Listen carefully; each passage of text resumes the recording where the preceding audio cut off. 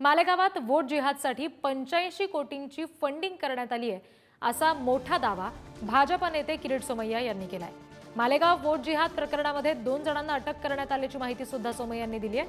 आरोपी सिराज मोहम्मदचे 24 बेनामी बँक अकाउंट आहेत अशी माहिती सुद्धा सोमय्या यांनी दिली आहे। मालेगाव प्रकरणी पोलीस, ईडी, आयकर, सीबीआय, निवडणूक आयोग या सगळ्यांद्वारे चौकशी केली जाते अशी माहिती किरीट सोमय्या यांनी दिली आहे। काल मी मालेगाव येथे पोलीस, बँक, तक्रारदार अनेक लोकांच्या भेटी घेतल्या।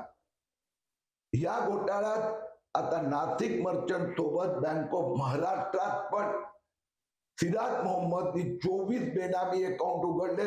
200 कोटी रुपये वेगवेगळ्या 200 बँकेतून आले आणि त्या हवालातून हा पैसा महाराष्ट्रात वेगवेगळ्या ठिकाणी पाठवण्यात आला।